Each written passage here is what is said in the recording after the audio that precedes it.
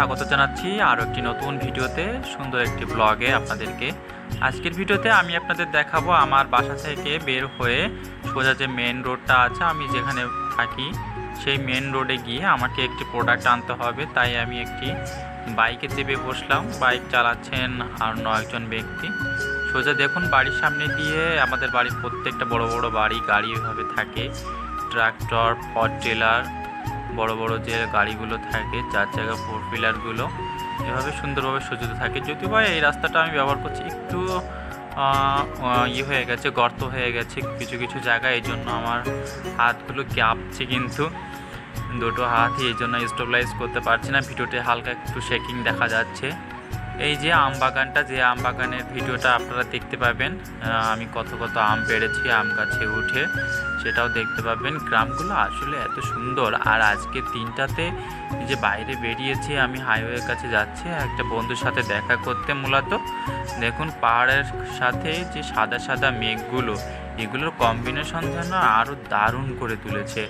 বলতে বলতেই কিন্তু আমি সোজা চলে এসেছি আর একটা নতুন রাস্তার কাছে, এবং চলেই এসেছি। দেখুন সামনে দিয়ে যে স্কুল বাসগুলো আসছে হলুদ রঙের, বামে একটি রিসোর্ট আমি পার করে আসলাম।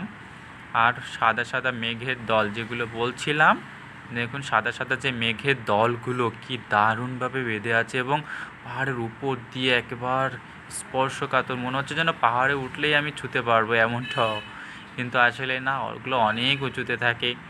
আর গাছের ছায়াগুলো পড়েছে, দেখুন কী সুন্দর লাগছে দেখতে। যদিও আমার ফোনটা অনেক লো কোয়ালিটি একটা ভিডিও দেয়, তারপরেও আমি আপনাদেরকে দেওয়ার চেষ্টা করছি, ততটুকু বুঝতে পারছেন, দেখতেই পাচ্ছেন কেমনটাই আর কি। আমি এভাবে নতুন নতুন ভিডিও আপনাদেরকে দেওয়ার চেষ্টা করব।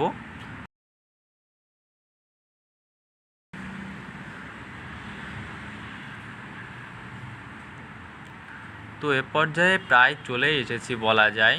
দেখুন সুন্দর করে অশ্বত্থ গাছ, এই যে গাছগুলো, এই গাছগুলো আমার যেন বারবার টেনে নেয় মন প্রাণ। এই অশ্বত্থ গাছগুলো সত্যি দারুণ পুরো।